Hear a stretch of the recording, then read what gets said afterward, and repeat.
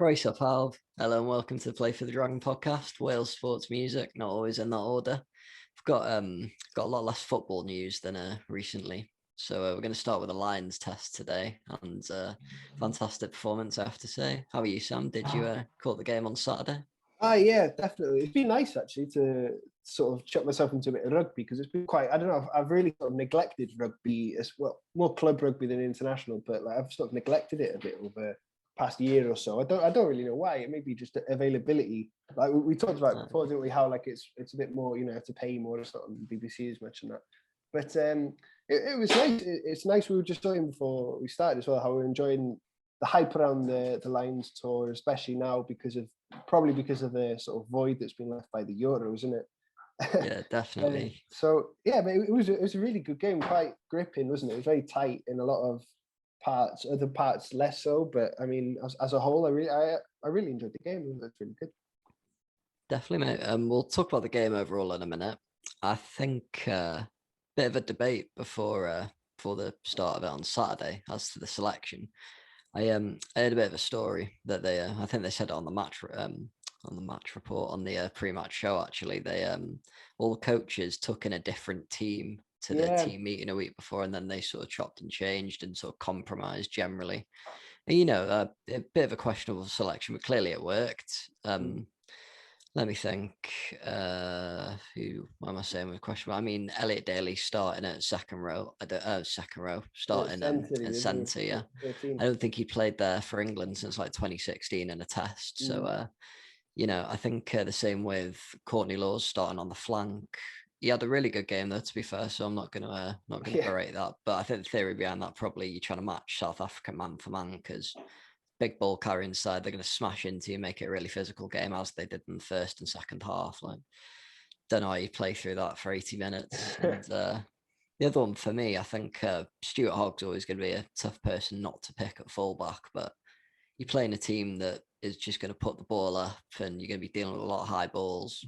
Put the professional bomb diffuser in there. That's what Liam Williams is known for. But I think he came on, he played quite well. And Hogg as well, like you were saying before, had a solid game. What did you think about the 15?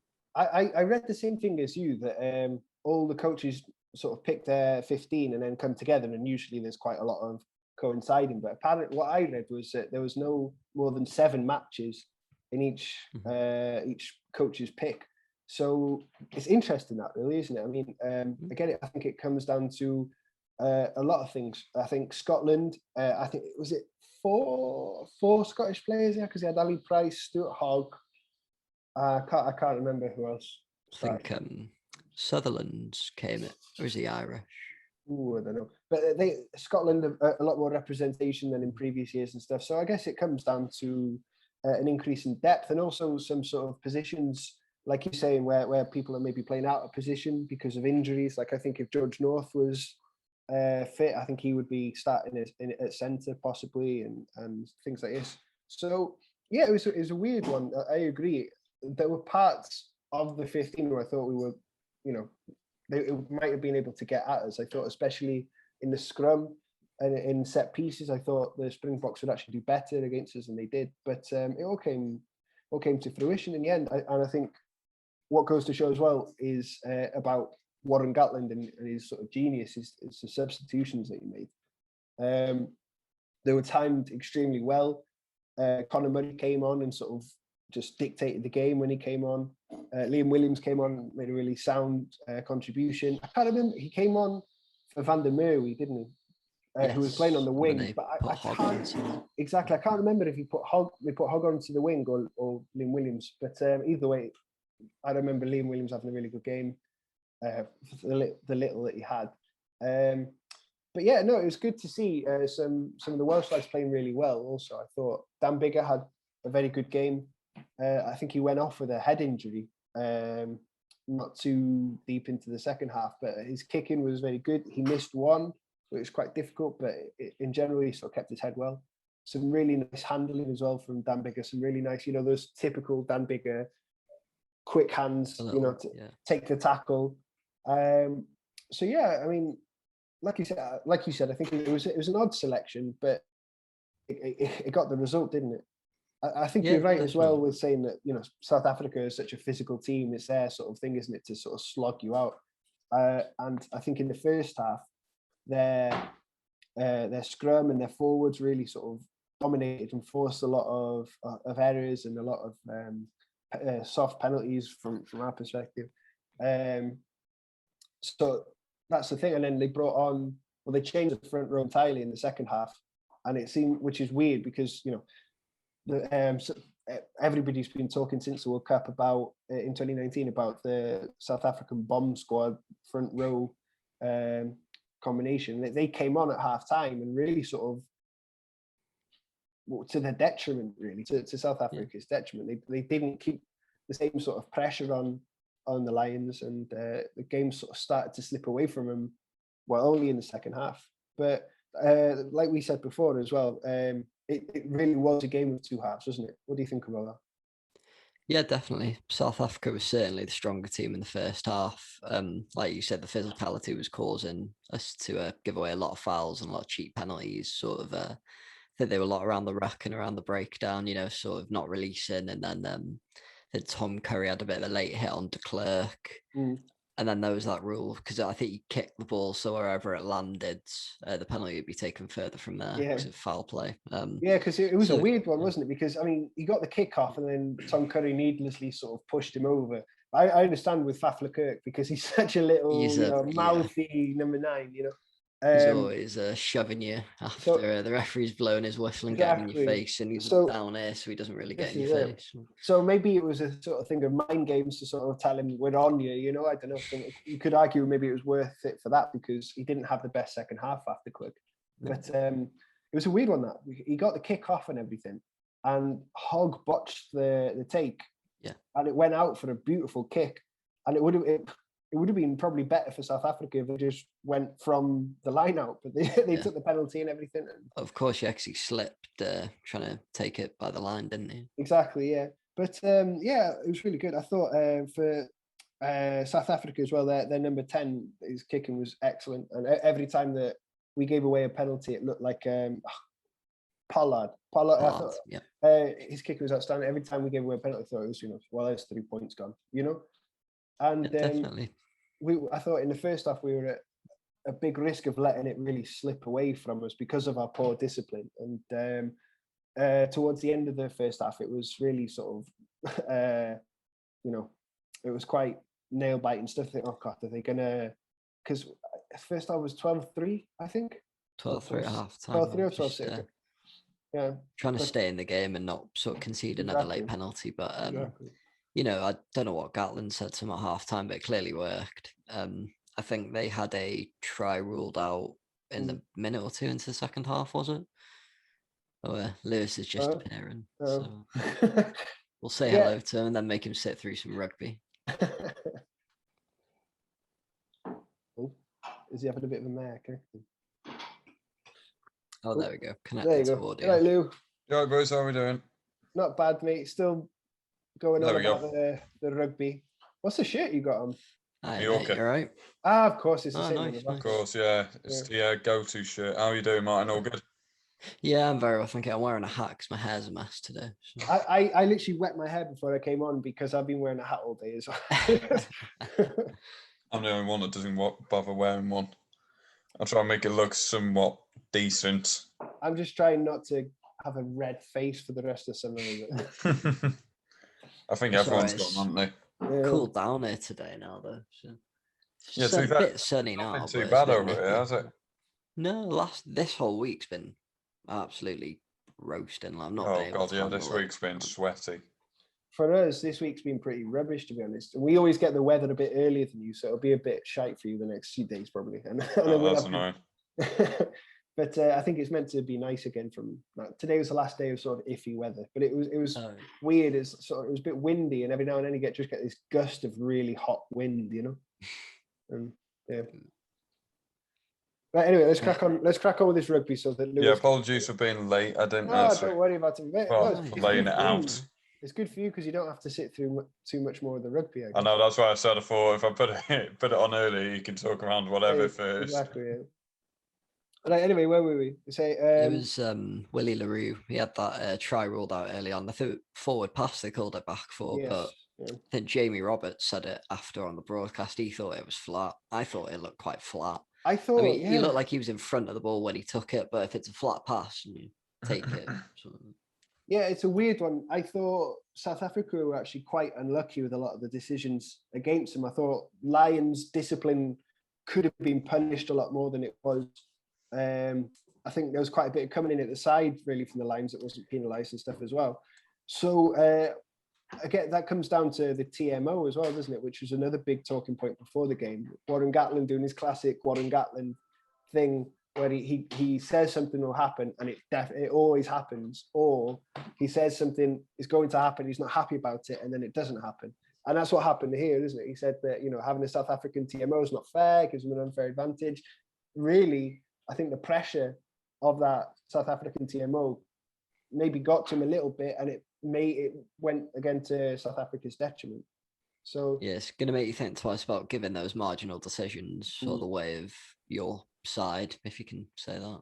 Definitely, yeah, because I think there was 2 tries that were disallowed, and both of them, the on-field decision was a try, and it went to the TMO, and it was hearing, reversed, really, and it was reversed, yeah. So unlucky for South Africa in that sense. They'll feel a bit hard done by, I think.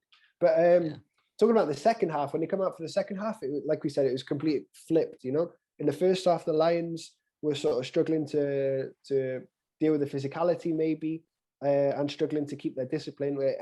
Completely the opposite in the second half for South Africa. They really looked tired, apart from a late burst at the end, sort of scrabbling to try and get something from the game after Owen Farrell dropped it or something like this. I think they got really close to the line in that. They looked leggy, they looked tired, and I think that comes from a lack of rugby as well. Yeah, because a lot of the players have had to isolate recently, haven't they? They've had an outbreak with a COVID in their camp. So, that's going to affect your match fitness. You think probably all of the Lions squad have had at least 2 full games equivalent worth of rugby in the last 2 or 3 weeks. So, that's quite a lot of match fitness when you've been training and in camp for like 9 weeks before. But like you said, I think in the second half, they were much better at protecting the ball and sort of building through the phases. And that sort of, if you've got a tired team and you're taking it through the phases, making them work to win it back, and you're managing to retain it and not force any. That's the other thing in the second half. They weren't giving away silly penalties or sort of losing unnecessary turnovers. I think Laws and Atoje were probably 2 of the strongest performers in and around the ball. Like, I think I told you that's, he didn't have the best Six Nations, but when he's locked in, he will just scrap for every yard on the field. Yeah. And I think he's a big really, presence in the scrum as well. Really good alongside Alan Wynne as well. It was another real standout performer in the last tour in New Zealand alongside Alan Wynne. And again, those 2 were pretty solid, especially in the second half. And great to see Alan Wynne get 80 minutes as well, no? It's just unbelievable, definitely. That story. In fact, was it 3 weeks ago he popped his shoulder? I think between getting injured and playing, I think he played 18 minutes or something. It was about 3 weeks, 21 days, something like that. Unbelievable. The man is a machine. Take about 6-7 weeks for a regular person to recover from a dislocated shoulder and be playing again. But, we're not Alan Wynne Jones, are we? Right. So, I mean, focusing on the Welsh lads, I mean, Alan Wynne, 80 minutes, which is just unbelievable. No, I don't think anybody saw that coming. No. There's always the threat of it happening because it's Alan Wynne, but the reality sometimes, is too unbelievable to believe. But it happened. Bigger, I thought I had a good game before he went off. Like we said, good handling, good kicking. As he does, like his the way he sort of controls the play and sort of commandeers what's going on. It was really good. I think he's made a good stake to start next game at number 10 again. And it was only those 2 starting, I think, for us, wasn't it? Because Wyn Jones went out with a training injury, so he didn't start. He was meant to start. Sutherland came in for him. Ken Owens came off the bench as well. I think Liam Williams did too. But Owens was absolutely solid. I think they changed the whole front 3 of the scrum, didn't they? They really stabilised that set piece because I think the same with the set pieces in the first and second half. South Africa were really solid with the line out. I think they had 1 or 2. They're really solid with the scrum. And they had 1 or 2 wobbles in the line out, but it was still sort of quite high ball retention. And then I think it was probably the change of the front three and their sort of pack wearing in terms of a bit of lack of match fitness. Sort of got the job done for us there. Yeah. But Liam Williams as well that came on. He's just always going to be a good presence dealing with the high ball and very lucky for Josh Adams not to start in it. Yeah, definitely. He's scored so many in 8 in 3 games? Yeah, or 8 in 3 starts. Really unlucky not to be at least on the bench. But you got to imagine. I think they're playing midweek, aren't they? No, it's next Saturday. Next Saturday. The next test. I think they might have one in between. Right. Maybe. Okay. Interesting. Not a test match, but like playing one of the provinces just to keep some of the other players on ice. So. Yeah, you definitely hope to see Josh Adams playing because I definitely think he earned it, and Reece Samet as well. I'd like to see him make a cameo. I think again he really deserves it. But there you go. Again, the overall thing. I think the sort of headline would be the Lions sort of outbox the Boks. No, they kept the physicality up when the Springboks couldn't. And it resulted in quite a comfortable second half until like we said, the last sort of 5-10 minutes. So yeah, there you go. The Lions, good start to the tour. Do you have any predictions for the next game? I'm not too sure. I think one of the big differences this year that we might see on the tour, because they're playing all 3 games in Cape Town, aren't they? So there's no changing out, because they usually try and move sort of the cities about. So there's sort of one quite high above sea level, one normal, make them travel, make them play in high altitudes. They're going to be sort of used to playing in the stadium. There's no hostile crowd or anything for them to deal with. So I think be another physical game. The South Africa lads will have a bit more match fitness in their legs. They can. I'm not really sure if there's been any big injuries. I haven't heard anything about Dan Bigger, but head injuries, they always take a couple of days to tell you what's going on. Maybe more of a precaution on Dan Bigger's behalf, I do agree. I think the Springboks will come back with a vengeance next week. I think they'll be, like you say, they'll be fitter. They'll be a bit wounded from having sort of let the game slip away from them in the way they did. So I can see they won't want to go 2 down either, will they? If they go 2 down, it's over, isn't it? So I can see the Springboks giving a much better sort of account of themselves next week. But I think it's too tough to call. I don't really know what to say. I think I'd expect the Lions to sort of try and capitalise, and they'll be really motivated now. They won't be thinking about 3-0. They'll just be thinking about getting that second test and getting this test series, the victory sealed. Do you think they'll keep the same 15 then, or 1 or 2 changes maybe? I think sort of it depends, because like we say, I mean, they haven't played an enormous amount of rugby, although they played more than the Springboks. I think injury permitting, I think we'll probably see a couple sort of niggles popping up in training and stuff. I think we'll see 1 or 2 small changes possibly. I think we could see Josh Adams come in for Watson, maybe. I don't think Watson really showed the best side of him. But, I think he was more in there because he's quite a big chap, isn't he? So more in there for the physicality, sort of deal with the big players sort of crashing onto the ball and running at the backs. So maybe if they want to play a bit more expansively, you would bring someone on like Adams, your world-class finisher. Or even Reece Samet might come in. You might just have that speedster option on one of the wings just to sort of counter-attack. And because, if they're going for it in the second half and they're putting a lot of pressure on, they're going to be quite open at the back. So and the way Murray sort of controlled the game when he came on, I wouldn't be surprised to see him starting next week either. To sort of just especially if Bigger's missing, you need that sort of general in one of the half-back positions to be sort of orchestrating the play. His kicking game, what it brings to the tempo of the game and everything is, I think could see Murray starting. But it's all up in the air. We'll see what Gatland does, because he's got options, he's got choices, so it could go anyway. Lovely. I think Lewis has stomached about enough rugby as he can listen to. So since you've been listening very patiently there, mate, we'll give you a choice. I was listening patiently, and then my phone just started messing around. Oh, that's all right. You don't need charging, that. so I was like, I'm going to turn that off now before it. That's fine. You don't need to look at your phone. Mess around. We need your full attention, sir. I know you do, mate. Would you like to talk about the Olympics or some of the football news first? Because we've got a couple of topics that we want to shoot. What topics have we got to reel off first? Let's see. Well, that ruins the fun. So no, we need a one-word answer. Football. Finish with the football. No. Let's talk about the Olympics, and then we'll finish on the football, because we always start with the football, and then all the other sports don't seem to get as much time spoken around. But yeah, one shock. I think everyone's seen it, haven't they? Jade round of 16B. I don't know who against.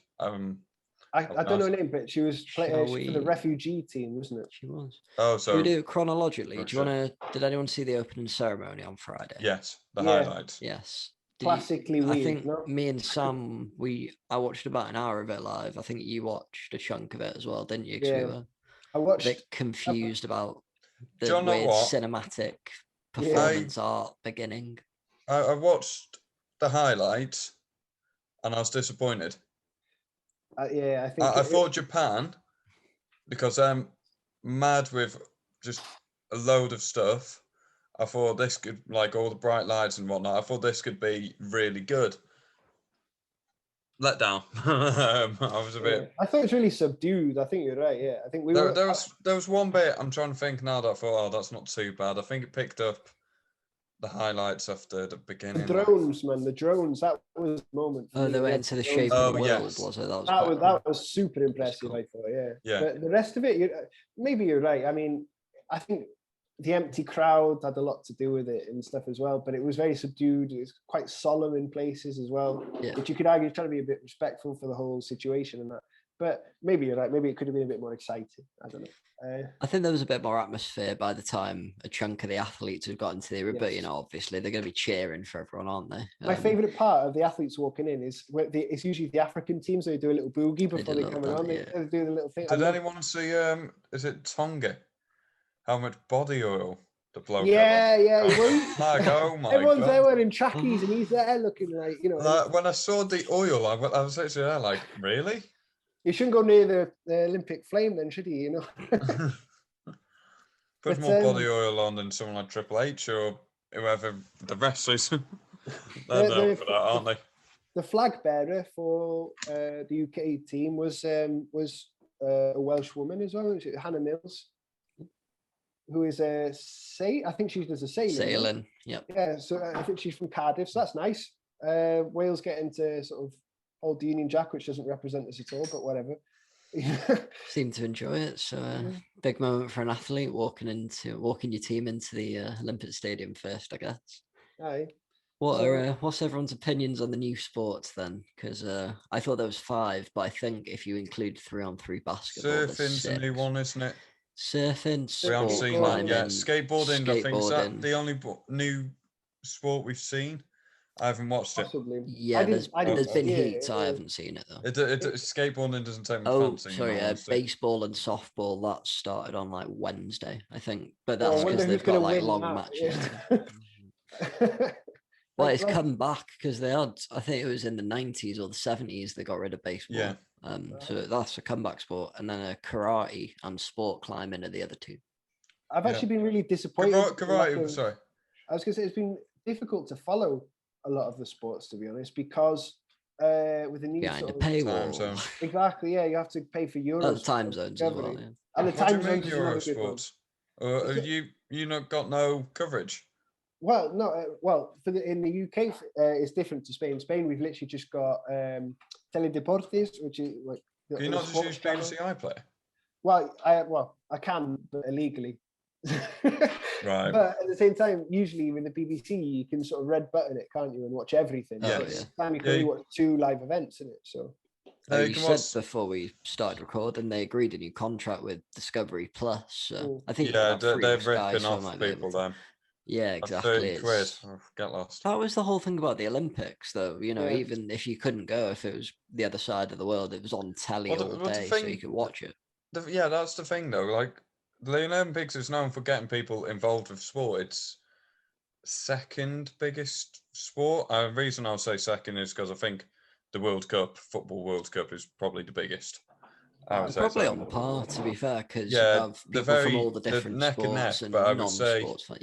Football World Cup seems to draw more money. Possibly, I don't know. Possibly. But you have the bigger names in football, don't you? When you look have a lot of amateur athletes compete. London 2020, I know I've done loads of work on this, but London 2020, how many people started getting involved with sport? Like, it's through the roof. That's true, yeah. I think in 2012, Lewis, was was massive. Well, for us especially because it was in the UK, wasn't it? So Yeah. it's probably a bit of like. It just did you guys go to an event general. in 2012? I didn't. No, you did, didn't you? Yeah, I went to the men's hockey final. It was Germany and the Netherlands. Yes. Who won? Very good, very good. Netherlands.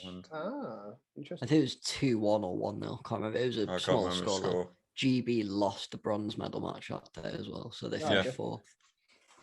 Yeah, it was to Australia, I think. Can't remember though. But yeah, look, when we're talking around there, just the amount of people that sort of see the Olympics and go, "Oh my god!" Like I get to watch tons of sport. It's not one, it's not two. It is variety. It's like I'm watching cycling. I never watch cycling. There's badminton, table tennis. Like there's just some taekwondo. I don't watch them until the Olympics come on. Yeah. Like, my mum used to do taekwondo, so I was sort of when I was a kid, I used to go watch my mum do taekwondo. Yeah, so I like watching. But yeah, if you're a little kid growing up and you get all these free access to these sports, like you want to go and get involved because you'll see what it is. Fair enough, the fans on there, so it's harder this year. But like you're gonna want to get involved. Everyone will get involved, even if they're older. Like they look at it and think, "Oh, okay, this looks fun. Maybe I'll give it a go."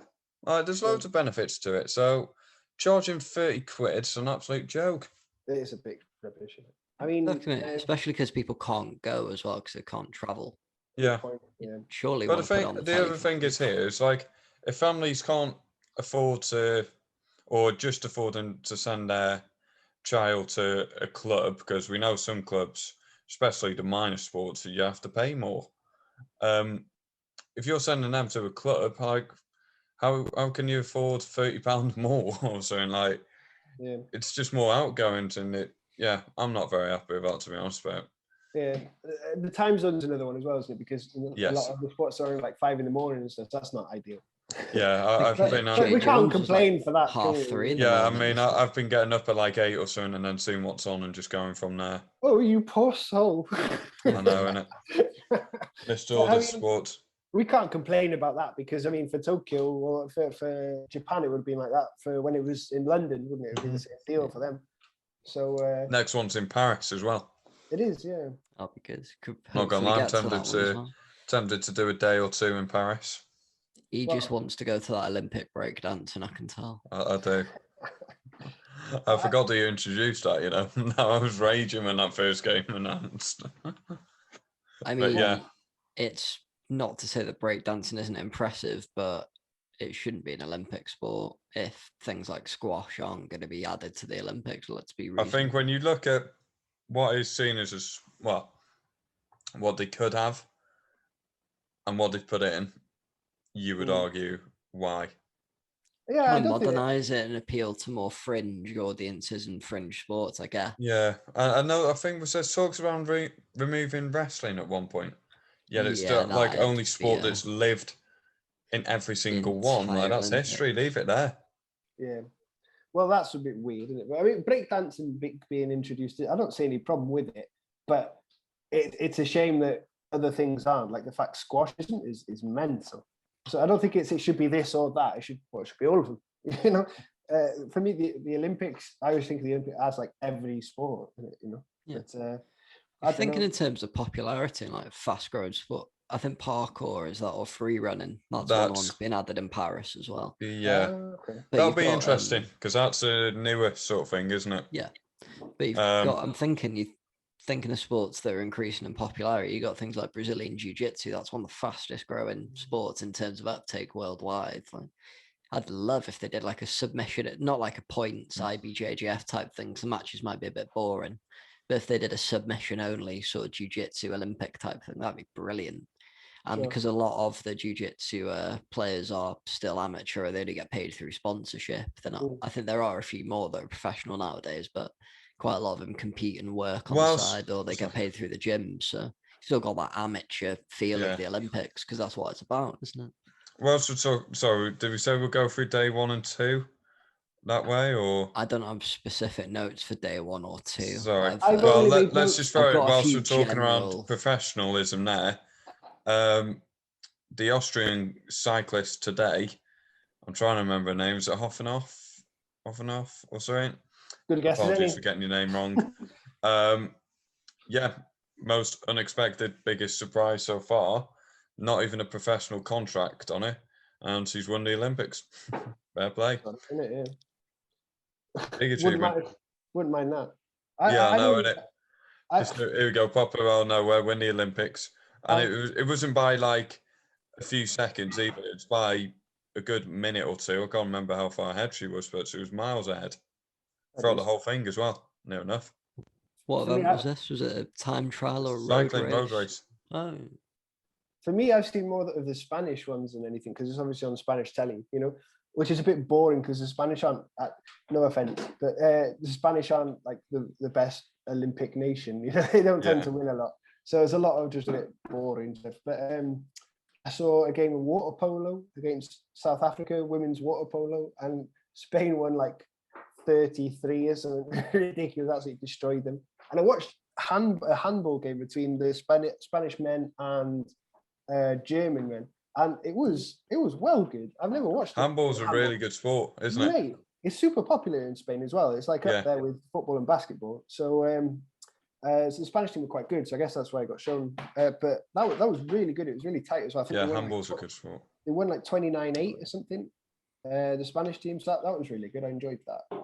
But I mean, let's talk about the Welsh people, right? I mean, the story I think so far for the Welsh Olympians has been one of a bit of disappointment, hasn't it? Yes. Well, I think overall the Euros were okay, but somewhat disappointing, and it's just been a continuously disappointing summer of sport for us Welsh, I think. Do you want to start with Jay Jones or Geraint Thomas? Sure. Let's start with Geraint Thomas. I think he was actually preferred.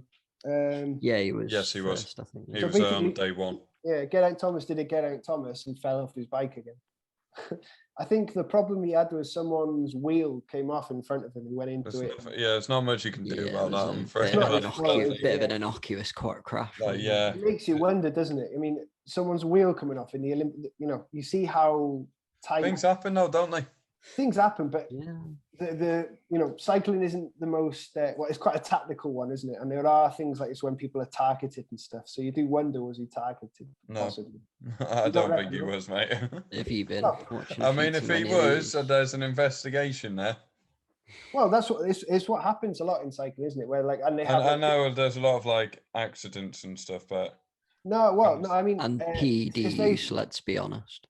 Yeah. And there's lots of strategical stuff. Like I remember with Geraint Thomas, the other one, he was being told to stop so his partner could win and stuff like this, wasn't he? By it. So there's a lot of like there's a bit of the dark arts, isn't there, in cycling? Racecraft, I think they like to call it. Yeah, and he was the favourite, I reckon. I think that whenever you do cycling, I mean, the cyclists can shut me down. I don't mind.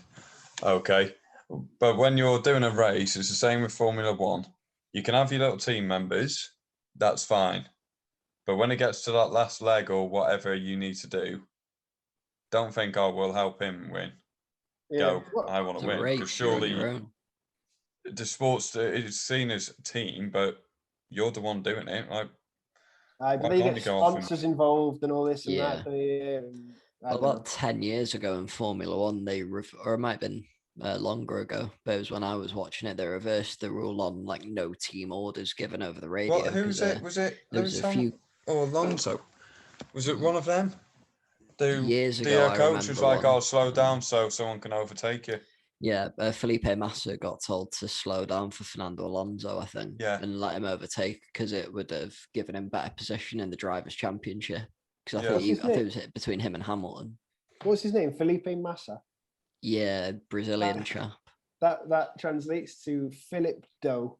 Philip Doe. Love it. Massa is like, like pizza dough or something like that. Oh yeah. It's like Philip Doe. Doughy Phil. Yeah, I mean that's the thing. So it's disappointing, wasn't it? Because he didn't even finish the race. I think he retired, didn't he? No. So disappointing start. That was. I think he had a crack at it, went on another 100 kilometers, and decided to save himself for the time trial, which I'm not sure when that is, but I'm not a massive cycling fan.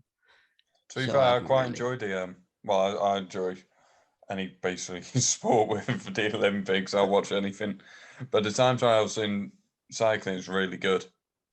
Normally, or the indoor cycling as well. That's quality. Yeah, that is awesome. Just to be watching. That is good. Yeah. You don't like the swimming either, do you, Martin? I don't mind the swimming. It's just some of the heats that get a bit boring, when it's the first round and they've got 8 races and then they go through to, it's just the same. Yeah. When it gets to the medal rounds and there's sort of like one of the favourites racing or something, it gets a bit more exciting. But I think with any sport, watching it repetitively over and over again, you can get a bit tired. You know what I love? I love the sailing. Well, not the sailing, the rowing. Yeah, rowing's a good one to watch. I love it. It's the angles, because obviously with every push, it sort of jolts a bit, doesn't it? So it's like a bit, in the fairground when you've got those horse racing things, you've got to throw it in the hole and the horse goes a bit forward and that. It's a bit like watching that for me. So I actually really do it. Any rowers out there, you've just been compared to a carnival game. There's someone you could at least compared it to like a rowing machine in the gym. I thought that. I don't know. It's just the way it goes. It sort of goes forward a bit, and then and they're all moving like this. I really enjoy watching rowing. There's someone from the city I live in that's competing as well. Oh, that's pretty cool. Nice. Yeah. But So moving on. Jade Jones. So probably our best hope at Wales for the gold medal goes out in the round of 16. We're very unlucky. I think I haven't actually seen the fight yet because, like I said, in the morning. But by all means, she was devastated. Apparently, saying that she felt the pressure more than she usually would. How the lack of she says she didn't want to make excuses, but the lack of a crowd sort of, it didn't make her perform worse, but it sort of, it was a bit difficult to get her head around. So she missed her family being there and stuff. But really disappointing for her. She's, from Flint. That's interesting. She's from Flint, which is a bit of a nothing town. Yeah. Not the nicest place in the world. So I don't know about you, but whenever I hear these kind of stories of someone from this, little shithole town or whatever, and going on to do something great like that in the Olympics. I wonder why she felt so much pressure. I don't know. That one's interesting. It was the maybe was she retraining? Well, she was on. She was on the verge of winning 3 Olympic titles on the bounce. Exactly. She'd be the first ever athlete from Team GB and from Taekwondo, I think, to do it. Right. Maybe that's why. So big pressure. I think when you look at it psychology-wise, there's so much that goes into it. All of it is interesting, but there's so much you can look at. Like maybe there's a contract agreement. Is she out? Maybe. Is there something with someone? Anything she can be in? No, she only competes in the, I think it's under 57 kilogram. I'm not sure what the name of the weight class is, but she only competes in the one weight division. So she's knocked out in the round of 16. So there's no. We do have another athlete competing in the Taekwondo later in the week, Lauren Williams. She's also same as Jade. Well, she was going for a 3rd consecutive European title. She lost in the final, unfortunately, but she's looking in good form going into this one. I think she's been dealing with a few injuries. I'm not sure if it's her ACL or one of her parts of her legs, but she, good pedigree. She's 22 years old as well, and we have got a few other sort of decent prospects for medals, at least I'd say, in combat sports. There was that. There was that bloke today that got silver. He wasn't Welsh. In the Taekwondo. Sinden. Yeah. It was him. He was he came second against the Uzbekistani chap. Right, hang on. Sam had a big smile on his head there. Why? I'm not interested. No, fair enough. I find it so difficult to get behind Team GB. If it's not a Welsh person, I find it really difficult to get behind. To be fair, I'm not bothered. I just watch the sport. I watch anyone. Well, this is it. I don't mind if they win it. I'm not like actively rooting against them. Yeah. But for me, someone from England or Scotland, or maybe not so much Scotland or Ireland, but someone from England winning is the same for me as someone from France winning or something like that. They've got quite a lot of likable personalities in the team, so that makes it a bit easier to sort of root for them. I find myself rooting for the Spanish. When a lot now. But the thing with the Olympics, because we don't have Welsh representation, like as in a separate team, I kind of don't care who wins. I'm just there to sort of enjoy the sport. So that's what I sort of do. To be fair, I just enjoy them. The Commonwealth Games every 4 years, isn't it? Yeah, exactly. Yeah, the Commonwealth Games, for example, I get quite into it because you can support Wales and everything. But it's just different. It's just different as always, I suppose. But I was going to say the combat sport, we've got a female boxer coming in as well, haven't we? Yeah, Lauren Price. I can't remember what day she's going to be competing. I think it's next week. I think she might be on the 6th of August, if that's a Friday. But yeah, she's one of the top boxing prospects. She won a Commonwealth Games gold medal in 2018. Then that was at the Gold Coast. She won a global amateur title 2019, so 2 years ago. She's got a good multi-sport background as well. She's made over 100 appearances playing in defence, I think, for Cardiff City. She won 52 Wales caps as well. I think it was 2014 she switched to boxing. So she was quite young when she did that. So fair play. So her first Olympic Games as well, she's been selected for having won Commonwealth gold a few years ago. And she was, I think, going into the 2019 World Championship, she was the #1 ranked middleweight in the world in women's amateur boxing. So a lot of good things to be excited about with Lauren Price. I do really enjoy watching the boxing in the Olympics as well. It's good. You get a lot of names coming through. Like even sort of if you can catch a stream for the Olympic qualifiers, there's quite a lot of fighters that don't make it because they've gotten to that stage. They'll just turn pro, and you'll see them coming through the ranks in the next few years on the undercards. And it's quite enjoyable to sort of follow the progression through a bit more from the amateur level. But definitely. Also in judo, I used to do judo as a kid. I loved doing judo. I would do it again, to be honest. Something to think about in the future. And Natalie Powell from Booth Wells. Yes, mate. So she's a good, she's got a good chance of it as well. Apparently, I think she came 7th in Rio. Yeah. So she's got a lot to improve on there, But she says that, according to her, she's in the best shape of her life. She feels really pumped and ready to go for it. So that'll be really interesting to watch. I think the Team GB's first medal was in the judo as well, wasn't it? Chelsea Giles. Sure, she got a bronze, I think, wasn't it? Yes. Yeah, she did. She got through to the bronze match through the repechage, and then I think she scored 2 Wazaris. Sam, you should remember the terminology to get an ip on to win the match. There you go. I don't know. I remember some of the moves. I remember Hayatoshi and I can't remember though. But yeah, I never went do you remember the name of an armbar? Juji Gatami. Did you drill like many? Because you can get a few submission finishes in judo, can't you? Yeah, we used to do loads, but you can do gi chokes and. Yeah.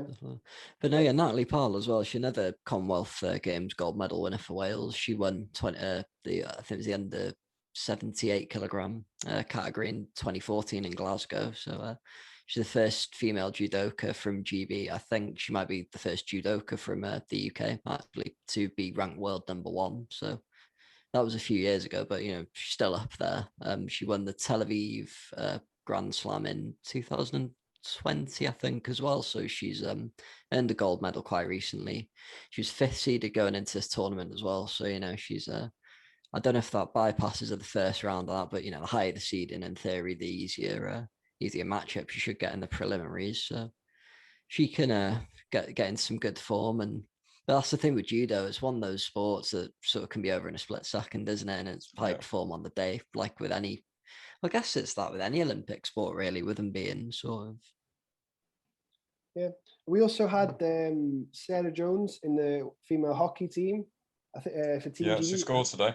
She scored, yeah. The team lost, but it was her debut for the Olympic team, and she scored, so that's good. I mean, losing's not good, but the scoring's good.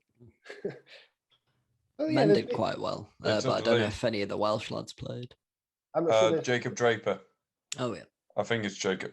Yeah, he played. He scored against South Africa. I think there was 2 own goals, wasn't there? One. 2 own goals, yes. Yeah. Oh God. Yeah, I didn't watch the whole game, so I can't tell you. But yeah, he's involved with the setup. The other lad is, I got it written down here, Rupert Shipley. Ah, yeah. From Oxford, but with a Welsh father. That's okay. What's his face? The representation. Jacob Draper's from Cwmbran. Have you ever been to Cwmbran? No. Nope. He plays for Cardiff and Met. Oh, does he really? Or he did. I'm not so sure. But yeah, when I was at uni, he was playing for the first team. Did he leave because he didn't like you? What was that? Did he leave because he didn't like me? Yeah. I never encountered him. Okay. Well, I thought Never spoke to him. I just know I didn't who know he if there was is. a story there or something. I don't know. No. I've never been into my hockey, but you guys, you've played for clubs and stuff, haven't you? So have you got any insights for it? For which one? I don't know, any insights for the team, like for the Team GB team or... I'll be honest, with the insights of teams, I'm not too bothered about Team GB, simply because of the setup with it. If you look at it, 90% of that team's England. Yeah. And it's the same with the girls, and it's called Britain, but it's basically England with one or two different countries, and like Northern Ireland. Well, they say Britain and Northern Ireland, but Northern Ireland I've never seen in a. That's the thing that we were saying before. Not in a team, but just in a actual national team. I don't know if they are big on it or anything. I don't know. I don't know. I mean, I could be wrong. I'd hope I'm wrong, but yeah, like whenever you see Britain with hockey, it's like 90% of that's English. It's not where it's like with the football, where it's split down the line. Well, like there's so many have to be in that team. Yeah. With hockey, they just go, no, pick who you want.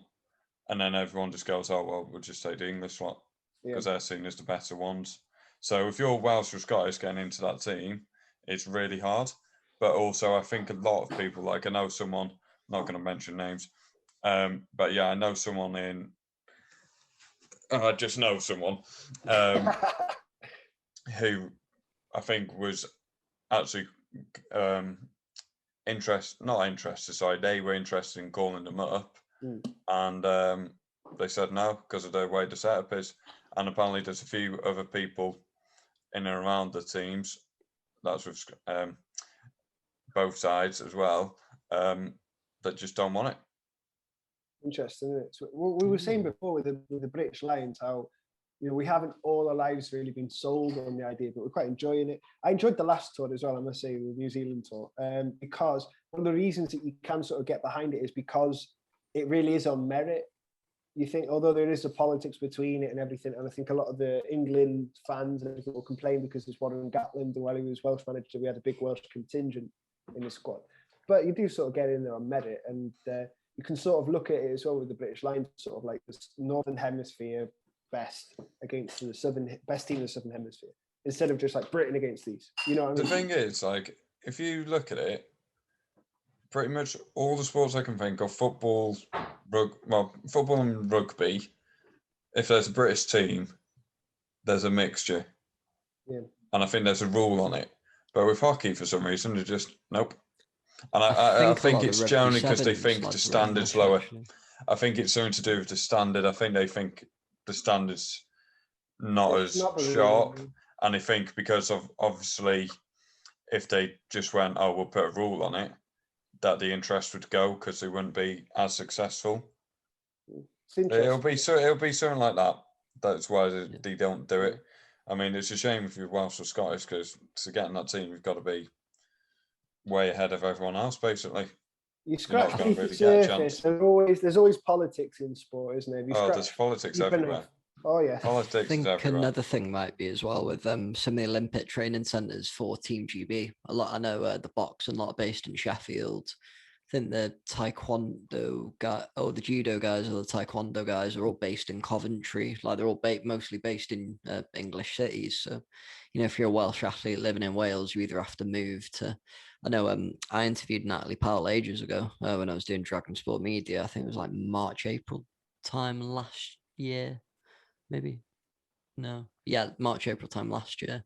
So this was like way before the Olympics, but she's recently moved back to her local training center with her old coach, and that's been really beneficial to her. She's been able to stay in the setup, she's been able to stay in GB because she's an established judoka and like one of the best sort of female judokas in the world.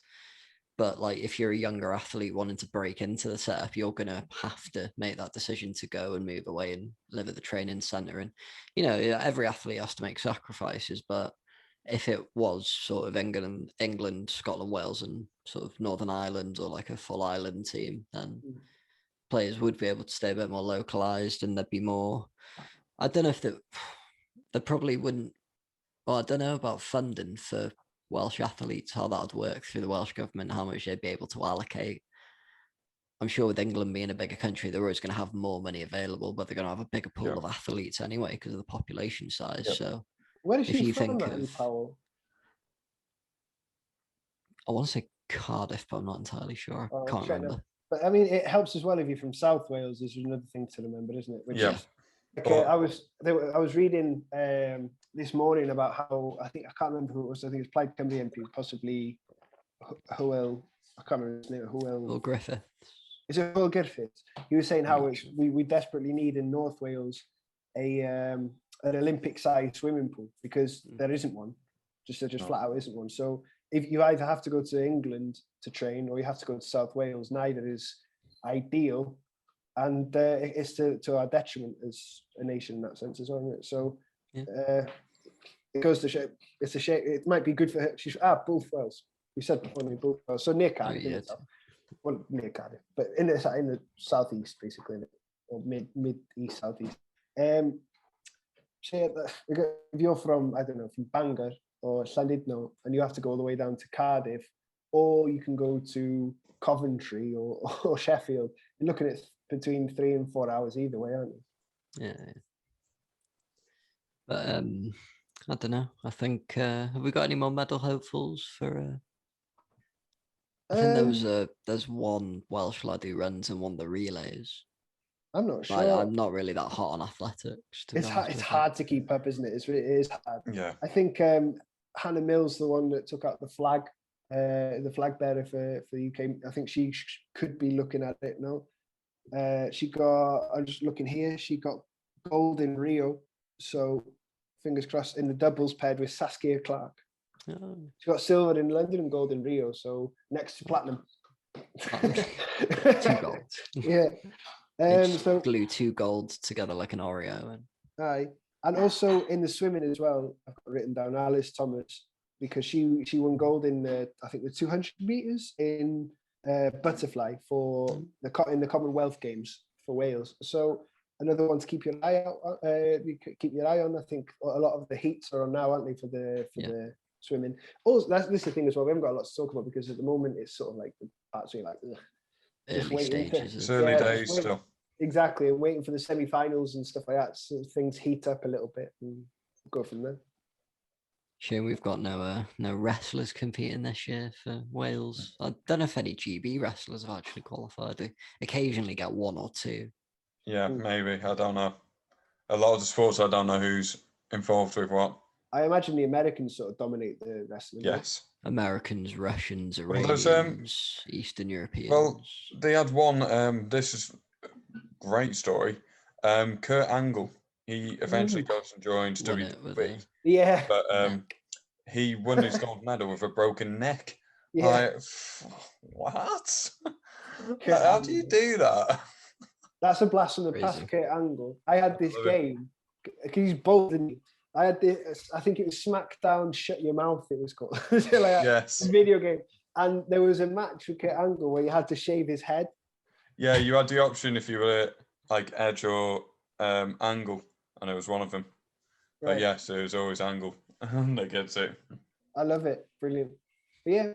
Well, shall we move on to the football then, Nad? Because it's quite a fair bit to talk about the football. Got quite a few talking points. Where do we want to start? What do we know least about? We'll rattle that off quickly. The FAW chief exec situation. Definitely. Just say a word on that. Yeah. Noel, I can't remember the chap's surname, but we have a former head of the Irish FA, or whatever they call their football association, in charge of the FAW now, or chief executive, taken over from Jonathan Ford. I think this guy we've got in now, he was one of the people who helped orchestrate that rebrand of the League of Ireland they did, and that moved them to summer football. And I've seen a lot of the Wales fans on Twitter, or like a lot of the Welsh football sort of brigades on Twitter, talking about maybe moving the Premier Leagues to the summer. I don't know if it's quite a romanticised idea because of the 1 or 2 weeks we've had of football where it's been really lovely and sunny, but yeah. Is this up for debate? What do you guys think it will produce more money. I don't see any problem with it. I'm pretty behind the idea.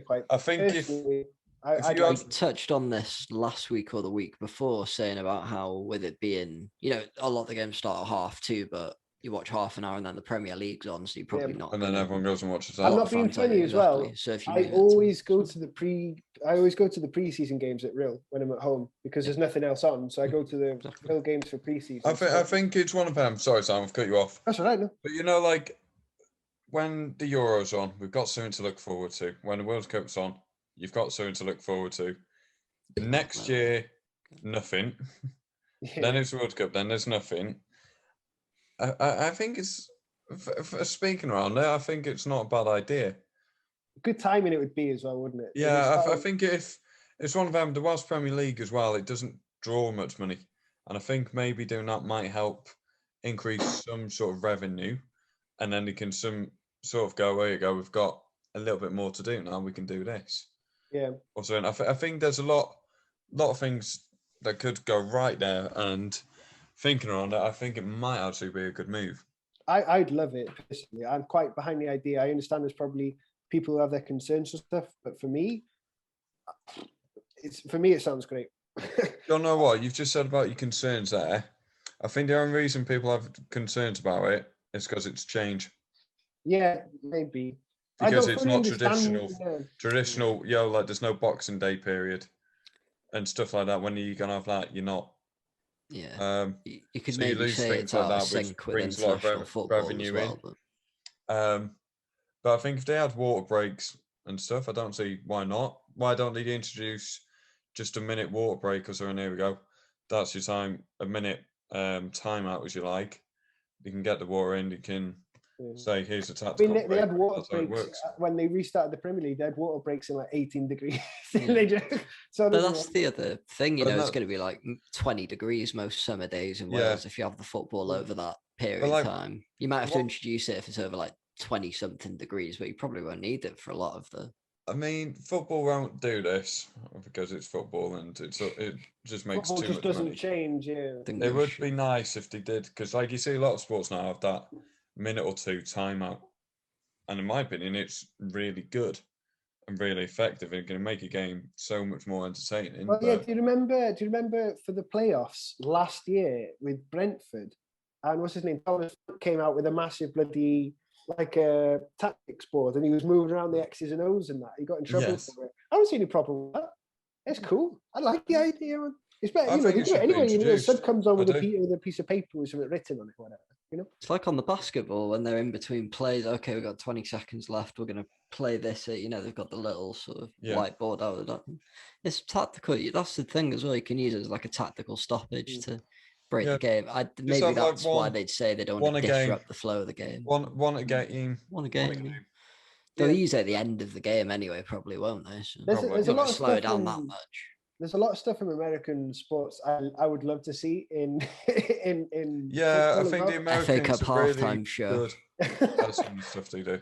Like the stuff where they get to challenge a decision and stuff the like referral, that. Yeah, they can they throw in a colour challenge flag. Exactly, yeah. I would love that. Wouldn't you just love to see, I don't know, like Jurgen Klopp, Guardiola picking it out of his breast pocket like one of those wedding flowers and chucking it at the referee. This is abysmal. I'd love it. Yeah, Neil Mooney, his name is. Neil Mooney. So, apologies, Neil. Good news, though, isn't it? Good news.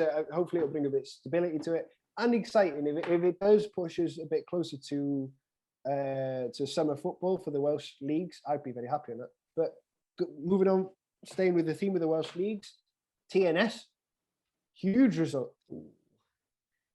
Is it 5-0? They won their first leg. I mean, you don't want to rest on your laurels in the second leg, but that is unbelievable, isn't it? Yeah. To win in Lithuania as well, because they were away, isn't it?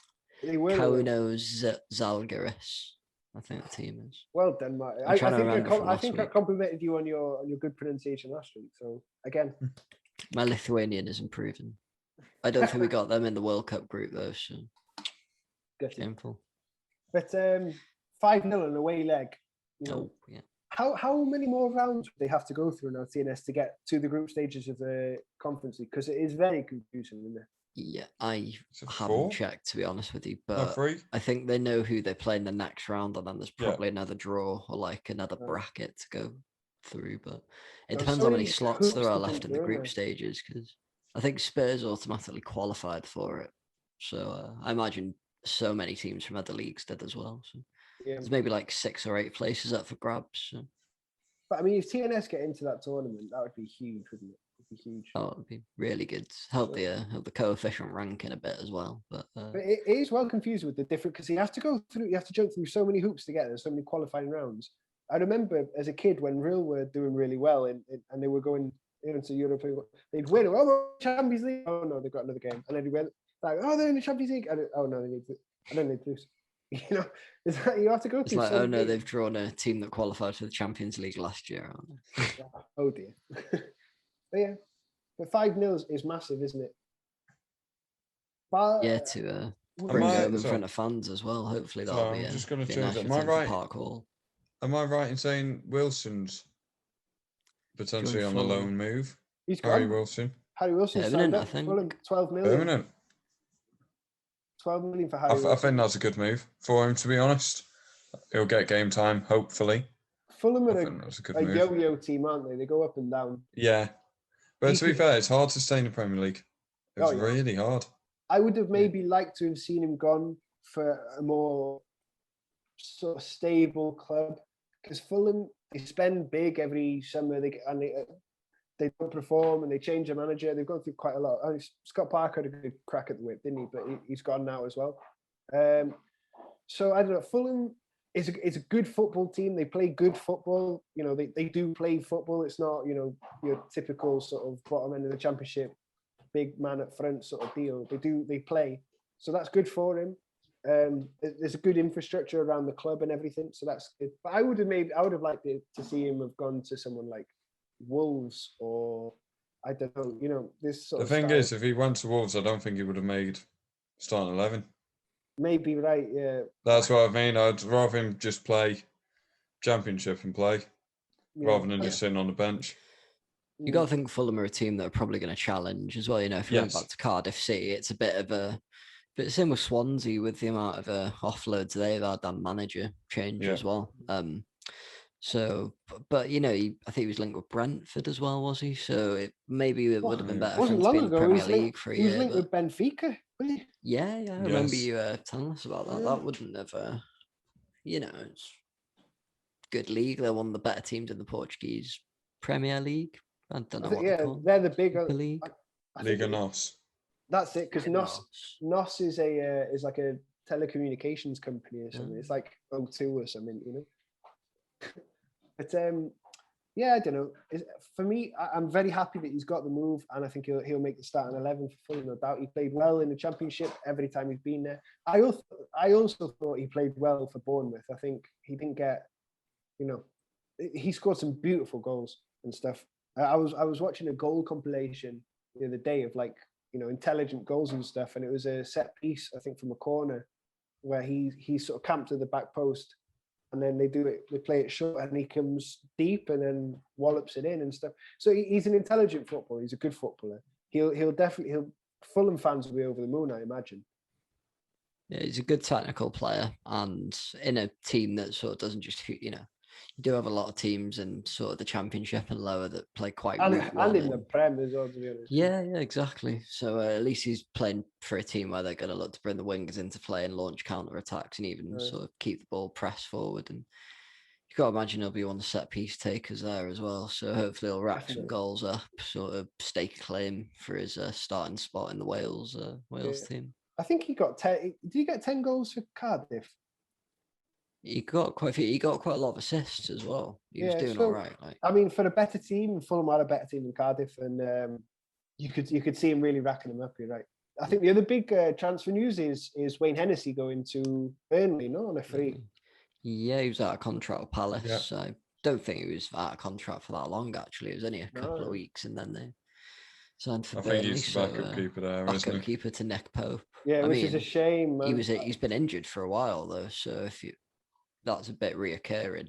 I think it's between him and Bailey Peacock Farrell, that old Leeds who is keeper. shite. Bailey Great. Peacock Farrell is awful. If you look at his stats are embarrassing. I listened to a Leeds podcast called The Square Ball.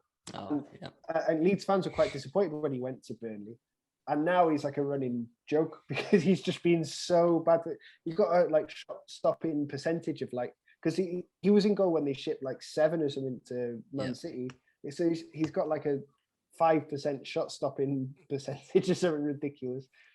So he's like that goalkeeper off Sunderland Till I Die. Is it Luke Steart now? Oh, I don't know. I can't remember. Oh, nice. But yeah, you just I watched one episode every time they do one of the games where they're sort of filming sort of big chunks of it, he just makes a cock up like handling error, or he'll dive the wrong way for a really obvious shot. It's just like, oh my god, who'd want to be a goalkeeper? Like honestly, who would want to be a goalkeeper? That's so true. But yeah, I don't know. A bit disappointed. I would have liked to see him gone to a club where he would have started.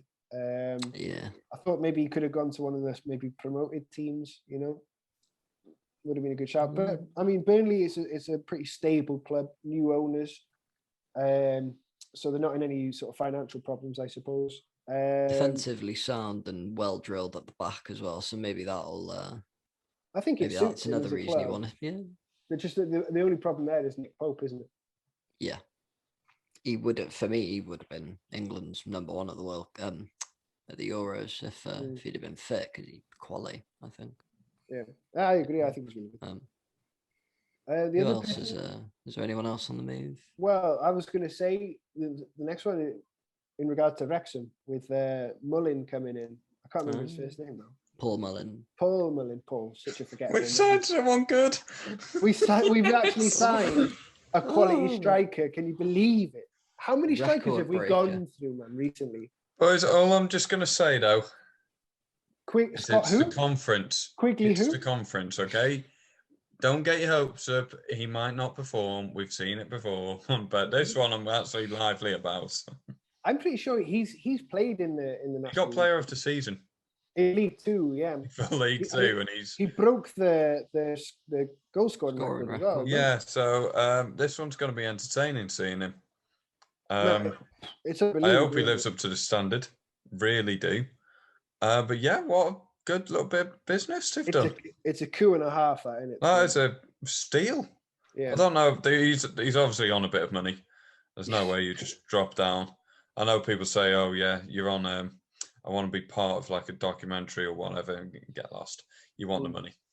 He wants some money. He wants to play for the. There's no other explanation as to why you would drop down a league when you could go up. What I've heard. Well, he did go up, didn't he? That's what I mean. Why would you drop a league? What, 2 leagues he's dropped, yeah. Apparently, what it is he had offers from other clubs in League One and in the Championship, apparently, but they weren't offering him as long on the contract. Oh. And I think we do forget sometimes how footballers are human and they want stability and everything, Also, apparently, they had a phone call from Rob McElhenney, which sort of sealed the deal for him. I've heard about that. His quote, I think, was saying that he wasn't convinced, and then he got a call from Rob McElhenney, and he got him on board. So that's the one thing I love about the owners is their star power alone. It doesn't matter who you are. It's like when you're League One, League Two, if you see Reynolds and McElhenney ringing you, and it's them, you're gonna be like, oh my god, like a famous person's talking to me. Done. It's not just that, though. It's the fact that they're willing to do it. They're not just, I don't know, these like guys that come on and taking it on as some sort of project or anything. They're loving it. They're loving it. They're well involved, It's like whenever was it McElhenney was out watching UFC or something, he's got his Wrexham hat on. They are loving it, and I think that's brilliant because it's making everyone at the club happy. Definitely. It's like, here we go, look how our owners are actually involved with the club. They're loving it. We've said this before, haven't we? We're being a Wrexham fan. If you're involved in some of the groups and stuff, it's not the happiest place. No. Whereas now, I haven't seen a moaning post for ages. Exactly. The whole vibe of Wrexham is outstanding, I mean, from top to bottom, everybody's happy. And I don't know, I got quite excited when I saw that we signed this lad Paul Mullin. So I had a look at his. Cause I don't know about you guys, but I don't really watch League Two every day. So I watched his highlights from last season. Not because of the standard. I just mean it's difficult to find. It's an extra league to follow, isn't it? Doesn't get the coverage. In-depth cut, yeah. So, I mean, but I watched his highlights from last season. I watched all of the goals that he scored last season. I think it was 32, was it? Man, the guy, like, he looks like the typical striker who's always in the right place at the right time.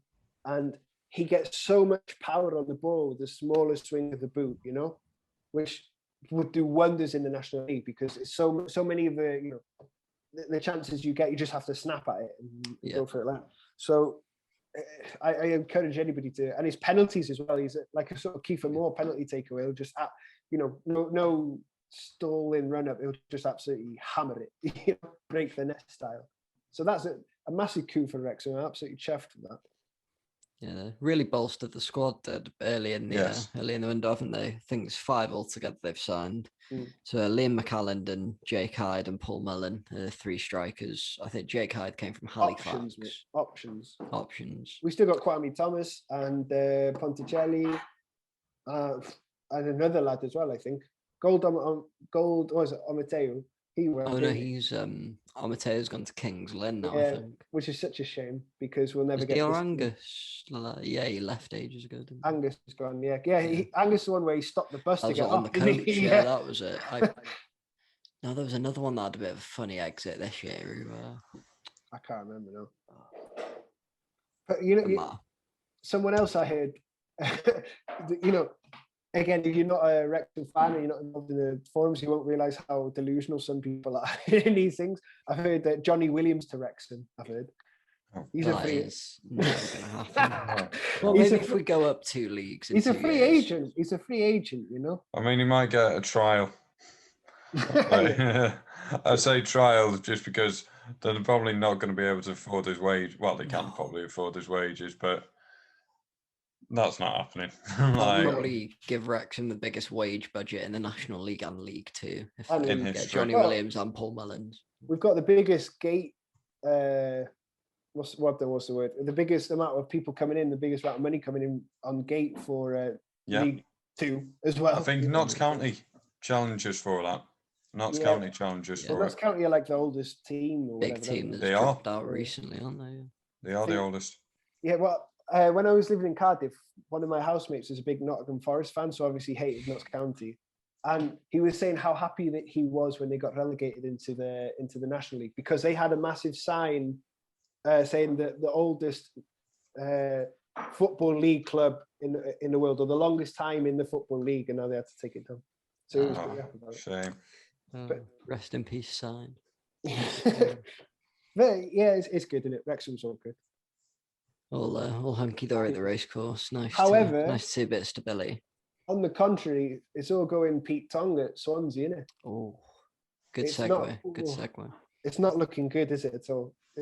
My segue is looking brilliant, but Swansea, is very well orchestrated. Really bad, really bad. So Steve Cooper's gone. They offered the job to the assistant coach at QPR, which people weren't happy about, and then he's gone and turned the job down. That's not a good sign, is it? Ooh, if you've got the assistant coach at a struggling championship team turning down your offer as a first-team coach for a team that made the playoff final, it doesn't look good. No, unless he's going off with, well, you'd rather be a manager, surely. That's why you are the assistant. I haven't seen his reasons why he said no or anything, but he's turned down the job, which for me says there's a lot of worry around the camp.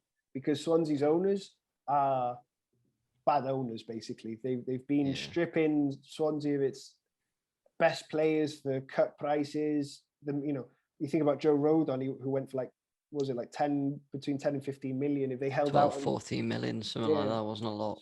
Exactly. So if they held out for after the Euros, they would have got a lot more for him and everything else, So,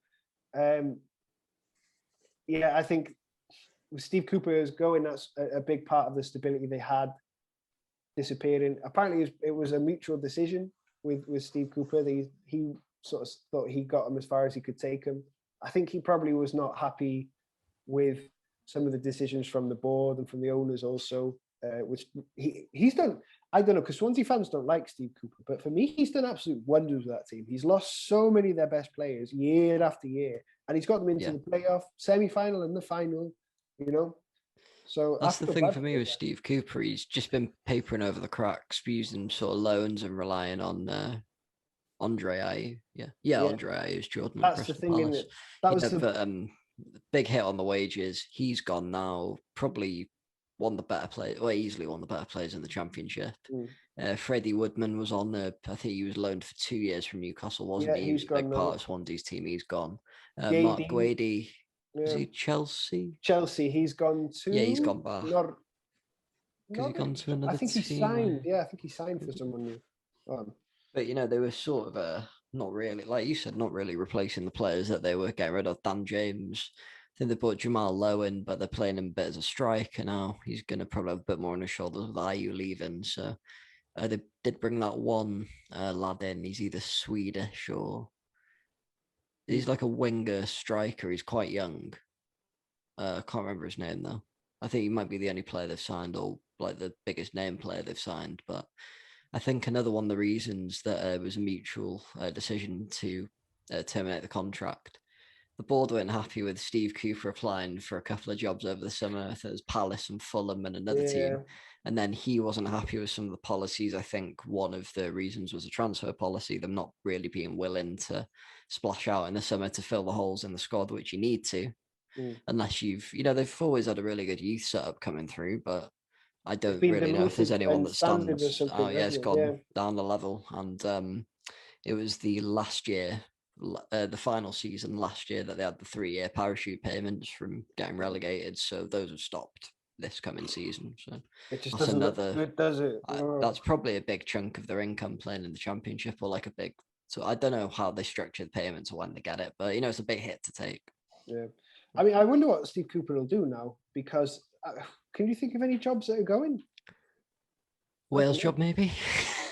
Perhaps, yeah, perhaps. I don't know. I mean, I know he was linked with the Palace job. I just looked at there. He's gone to Palace. Yes, so maybe it was something. I don't know, but yeah, now it's Patrick Vieira, isn't it? Which will be. I'm intrigued by that. Very interested to see how that goes. For someone who grew up, I'd sort of idolising Patrick Vieira along with Omri and Bergkamp. I'm quite looking forward to seeing how he does in the UK. So, well, for Swansea managers, who would you back to get in there? I know Oshand Roberts has also recently left his position. Was the chair? He was the head of football, wasn't he? Or he was the assistant manager of, was it Morocco? Something like, I think he had some. Or he was something to do with Moroccan FA. Yeah, exactly. So he's left that very recently. So it's a good shout, maybe for Swansea. Maybe someone like Eddie. I don't know if Eddie Howe's got a job yet, but he's been. I don't know. I thought he was going to Celtic at one point, but now Celtic have gone a different way, haven't they? But yeah, it's that Ange Postecoglou. Got a bit of the Australian chap. Fair enough. I don't know. I don't know either. Yeah, I don't know if someone like Eddie Howe. I mean, I don't necessarily say with our national team, if Eddie Howe wanted the Wales job after Mr. Man goes to prison, probably, then Rob Page has got that job nailed on. Do you reckon? Yeah. Yeah. I'd be happy with it. I'd be happy with it, but no, Rob Page has got that nailed on. To take us past the World Cup, though. I think because of how well we did at the Euros, give him a crack at the World Cup. But I think so. Well, we don't know. I mean, the FAW have done some weird things in the past. A new chairman, maybe he wants to go in a new personnel. We just don't know. Yeah. It's impossible. Maybe Rob Page doesn't want it after the Euros. We don't know. Maybe he wants to have a crack at club football. Maybe he could go for the Swansea job. We just don't know. The other name that's been flouted as well for the Swansea job is Mike Flynn. Yeah, of course. He's a manager who is on the verge of leaving as well, I believe. I think it was a sort of at the end of this season, he was sort of see what happens. If they get promoted, maybe he stays with them. Yeah. Maybe, if not, no. In the end, they got sort of cheated, didn't they, in the playoff final? I think that would be a great move for him, wouldn't it? Go to Swansea, Mike Flynn. Oh yeah. I rate him really highly as a manager as well, like Mike Flynn, for not just on the pitch but off the pitch. I think he's a really strong character. He'll get you motivated, get you fired up. He's from the area. He knows what he's on about.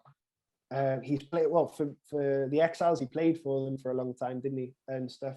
So I think he could do a good job at Swansea. It's a big jump, though, isn't it? I mean, they are, at the top of League Two, probably could compete at League One level, but going up to the Championship is a big jump from League One, isn't it? If you're looking for a manager that can compete or put a competitive team together on limited resources, though, maybe he's the sort of one you need to look for, because I think it was mainly down to the few years in a row where they had those consecutive cup runs. Like, they knocked Leicester out the one year.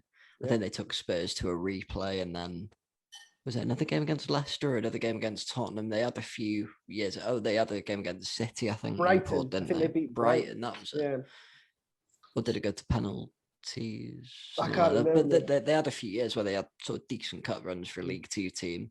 And I remember after one of them, I think it was the Leicester game, they were like, "Oh, Michael Flynn, what are the club going to invest the extra 50,000 from the prize money?" And he's like, "Oh, it's going to the training ground. We need this, that, and the other doing so." Yeah. But, he's a smart man. He's going to look to upgrade the facilities, the club, upgrade the youth set. If they're going to have a little bit of a rebuilding job on at Swansea, which it's looking like they're going to need to do, because that squad's got a few holes to fill. And if they do get lucky and get promoted to the Premier League next season, unless they really strengthen over the summer, and it doesn't look like the owners are going to want to do that and put that investment in over 2 years, are they going to stay up or just going to come straight back down? Yeah. It's a good point. I don't know. I mean, the thing with Mike Flynn also is the fact that he's quite an adaptable coach. He's shown at Newport. When he came in, it was very much rough and ready football, big lads, and again, like sort of lumping up top with 5 at the back. This season, he's played a much more expansive game. He had to change it again because of the state of Rodney Parade. Basically, they couldn't play football on it because it was just an absolute, I don't know how to describe it, just a mud shop, wasn't it? So it's probably sharing with the Dragons, isn't it? Exactly, yeah. So he went back to a sort of more Route One style. But if he can do that, I mean, a lot of Swansea fans always talk about the Swansea way, whatever that is anymore. I mean, that idea is the idea of the Swansea way disappeared a long time ago. I think if you're a neutral, they came up playing very attractive football. I'm just going to say on that. It left when Michu left. It's like when teams do say, "Oh, it doesn't follow this way," and stuff. I'll be honest. Unless you're a fan, you might know more. But the only way I see is like the Barcelona passing, United attacking, like certain big teams. Everyone knows. Their culture. Italian teams digging in and defending. Yeah. Arsenal Swansea, I don't know what theirs is. It's like Leicester's at the minute is to buy unknown players and make them something almost. Yeah.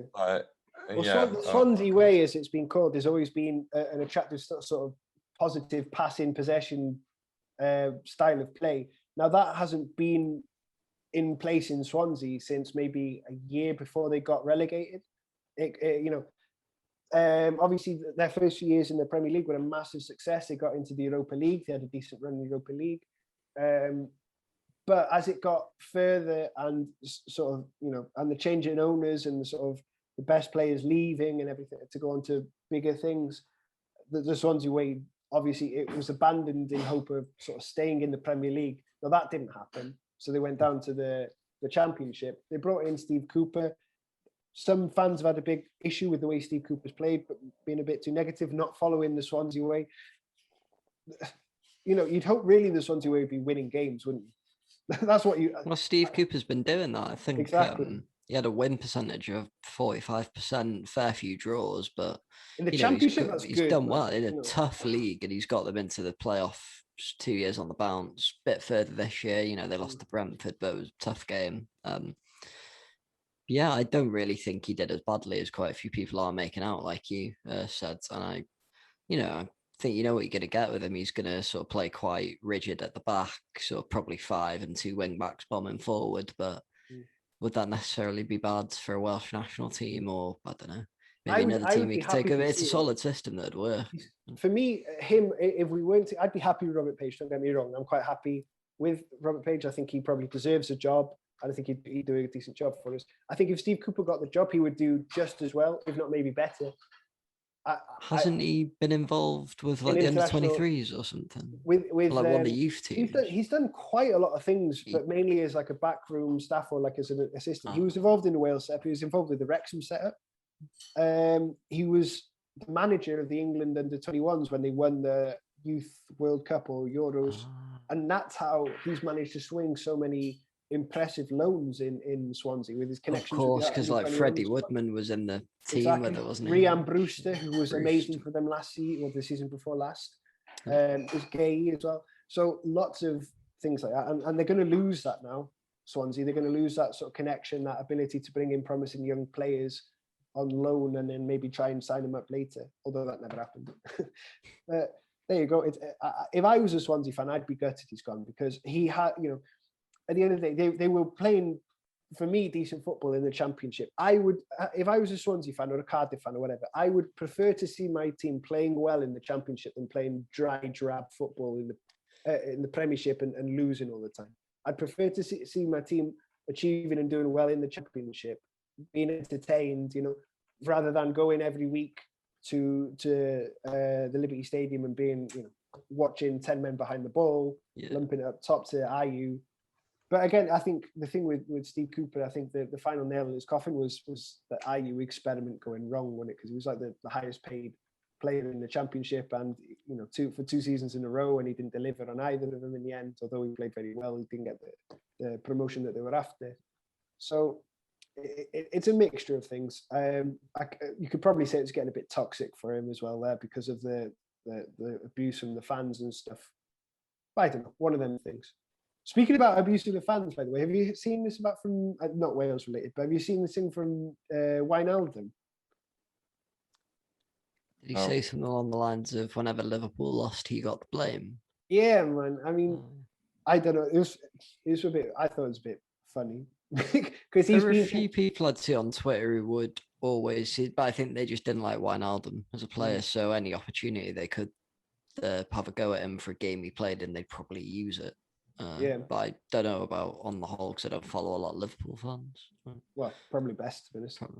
But I don't know. It just made me laugh a little bit. He what do you call it? He announced he was leaving before the end of the season, but he was like, when the time comes, I'll tell everyone why, and it's going to blow the whole thing open. I don't want to disrespect anybody while I'm here. So I was thinking, oh Christ, there's stuff going on in the boardroom, all this and that. And then when he finally announced, people were mean to me on Twitter. I was really. It's going to be like, I don't know. Who can be some of the pranksters in that Liverpool dressing room? You feel that James Milner and Jordan Henderson had put his clothes in the shower 3 nights a week to mess with him, and they used to cement his car keys underneath the lawnmower. I don't know, I don't know. It's just it's not Wales related or anything, but it just made me laugh a little bit. I thought it was really a bit of a poor mentality. If he wants to go to PSG now, do you think it's going to be any better than PSG? You never know. You never know what's been said. Maybe it's been racially abused and stuff. This happens a lot, unfortunately, at the moment, doesn't it? And Twitter is a bit of a grim place at the best of times. But I don't know. I thought it was a bit grim. Even if you take the racial abuse out of Twitter, it's still a very toxic place. I mean, just stay off people social jump media. on you for anything. It's very volatile. I think these people need a bit more vitamin D, so they're not so angry. But get some sunshine. Come on. I actually, as a Liverpool fan, thought that Wijnaldum usually got quite a lot of respect. I mean, he played, I think, nearly every game last season. Everything, and people always in awe saying, he's at times been the only person we can rely on during the injury crisis. But he'd been there for a while as well, because when Newcastle got relegated. Exactly, yeah. Which years ago, wasn't it? So he came in 2016, 27. It's like 5 years. He's racked up like quite a long time in modern football. And he usually plays nearly every game of the season as well. So he's racked up like nearly 250 appearances. I think it's like important performances as well. The last Champions League win in the Barcelona game. Yeah. So not Wales related or anything, but I just thought it was funny because I was just expecting more. I thought it was going to be like, they told me I wasn't wanted, or these people were mean to me. It's like, no. It was going to be like Luke Shaw getting called fat by Mourinho. Jurgen Klopp told me that I'd eaten too much at Christmas dinner, and then he started making me count my calories. And a bit of a fat shaming environment, but we're run by an American group as well. You can't do that. Anyone got any Any other passing notes on football that you I want? was gonna ask Sam. Go on. Where's your trivia, mate? Did you say you had some trivia? No, but it's usually. Well, this is the thing. Now it's got to the point where you're all expecting me to do it, so you're not even doing it yourselves. I We wasn't didn't here really last plan week. this podcast, did we? So, Well, last week was a lot of prep as well because we did the North East Wales 11. So You you did, got yeah. to skirt all the hard work, young man. No Well worries done. if not, Sam. I'm gonna do something off the top of my head now. Hold on. I'm googling it as we speak. I'm trying to think if I can think of an Olympic trivia question now, but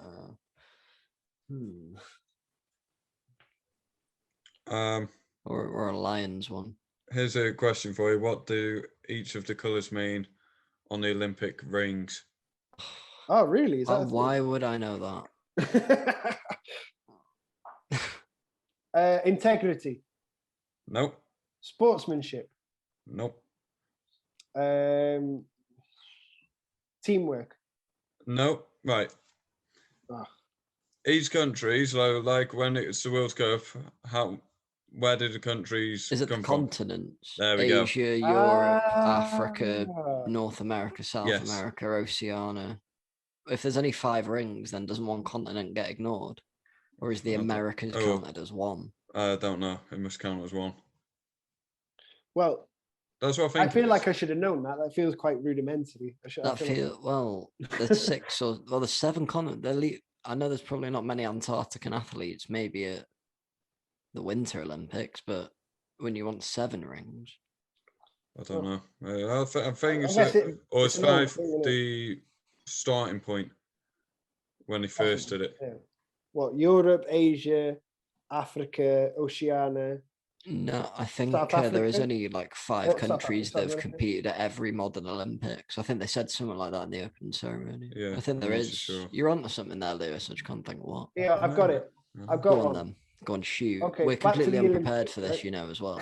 So, how many golds did Welsh competitors win at the 2016 Rio Olympics? How many golds? 4. How many golds? It is 4. Well done. Jay Jones, Hannah Mills. The other 2 is in the same sport. 1 man, 1 woman. The same sport, same event. Cycling, the team pursuit.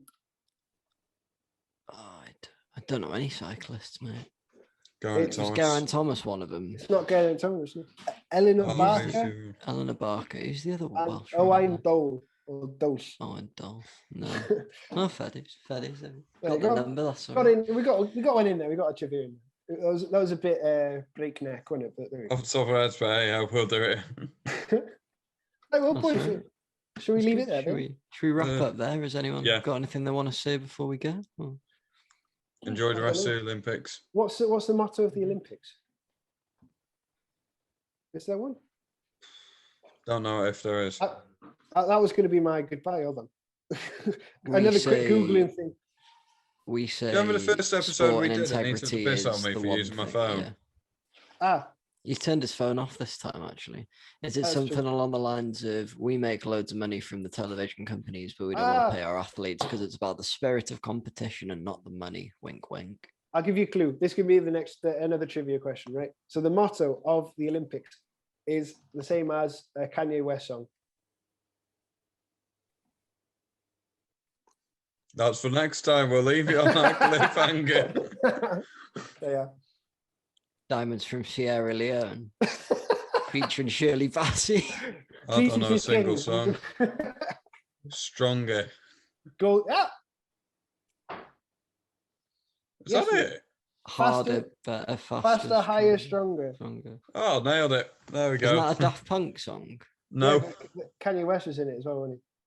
I think he sampled it for his song for Stronger, didn't he? Well, I've been done in that.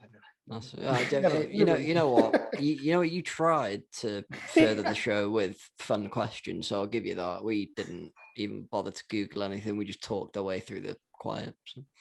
Never mind. Anyway, boys. I appreciate the hustle. All right. It's been a pleasure. I've enjoyed it, lads. As always, boys. Next week, I'm sure we'll have more transfer news. We'll have more Fingers crossed. Should have another Lions Olympics. test We'll have a or week Lions Olympics. also. Olympics. And more negative, Lewis. We could have a little look course. at the Welsh Cup. There's been a few early round games. Yeah. I think some of the lower tier sides have had a few. I think Rill have played 2 or 3 league games. So we can have a look at. We can pick a few local sides. And Yeah, we'll figure they something beat out. Starting Sports 2-0, I think, yesterday. So always good to get one over Lewis's lot. So. Anyway, boys. Anyway. Noswaith dda, boys. Thank you for listening to Play for the Dragon. Everyone have a good week and we'll be back next week. Ta-da.